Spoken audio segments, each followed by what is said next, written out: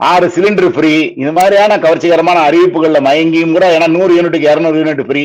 ஆனால் இதை எல்லாம் எப்படி விஜய் செய்ய போகிறார் என்பதுதான் ரொம்ப நம்ம ஆவலோட எதிர்பார்க்க வேண்டியிருக்கு. பெண்கள் வாக்குகள் நமக்கு இப்ப சர்வேல நம்மள்ட்ட குறிப்பிட்டதை தாண்டி அதிகமாக விஜய்க்கு வாக்களித்திருக்கார்கள் அப்படின்றத புரிஞ்சுக்க முடியுது. அதுல நீங்க இலவச பேருந்து, நம்ம பணம் 1000 ரூபாய் பணம், இதெல்லாம் ஒர்க் அவுட் ஆகல.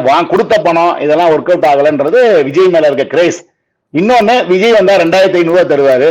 பிங்க் பஸ்ல மட்டும்தான் நம்ம இலவசமா போக முடியும். இனிமேல் விஜய் வந்து விட்டால் தமிழ்நாடு முழுக்க எந்த பேருந்தை வேணாலும், திருவள்ளுவர் பேருந்தா இருக்கட்டும், அரசு விரைவு பேருந்து அல்லது முகசல் பேருந்து, எல்லா பேருந்திலும் எந்த பேருந்தில் வேணாலும் இலவசமா செல்லலாம். 6 சிலிண்டர் ஃப்ரீ, இது மாதிரியான கவர்ச்சிகரமான அறிவிப்புகள்ல மயங்கியும் கூட, ஏன்னா 100 யூனிட்டுக்கு 200 யூனிட் ஃப்ரீ.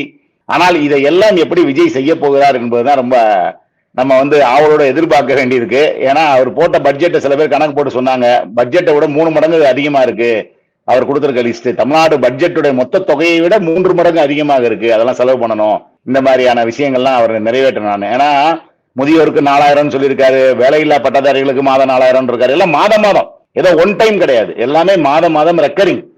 அதனால இது எப்படி சமாளிக்க போகிறாருன்னு அவர் மாதிரி ஒரு பெரிய சவால் இருக்கு, அது ஒன்றும் சந்தேகம் கிடையாது.